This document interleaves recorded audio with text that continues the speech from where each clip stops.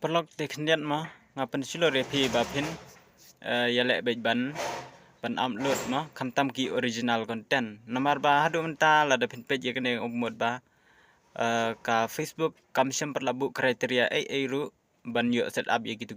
kamtam katu content monetization mo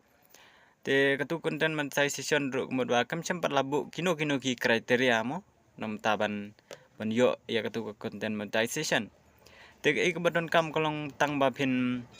push ki original content ki bedon kam mo te ki belong high quality mo te nomor ba amcem dan kino kriteria ru mentang mut ba kadang suk nomor ba kadang de invite only te kumut ba kadang suk bengin yo itu ka content monetization leng ba da ka kejing invite nomor ba lada ka Facebook hite kala i ba ki reels lane ki foto ki jung PM bun ki degi original nang ta kan sapoi ka por bapin sayo setup te lek ban post ki original content pat sakaweru kan mau ban post regular mo man la kasngi wan pep